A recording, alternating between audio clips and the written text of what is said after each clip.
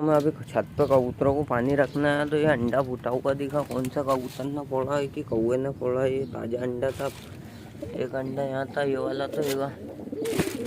तो दोस्तों ये हमारे पुराने कबूतर, 7 साल पुराना कबूतर का अंडा कौवे ने फोड़ डाला लगता और पी गया है। पर कौवा फोड़ता तो ले जाता अंडा। देखो दोस्तों ये वाले कबूतर का, ये मेल है, इसकी फीमेल वो बेटी सामने तार पे आपको दिख रही होगी। और इधर भी और अंडे दे दिए कबूतरों ने। सामने एक वहाँ एक होएगा। तो मिलता है अगली वीडियो में।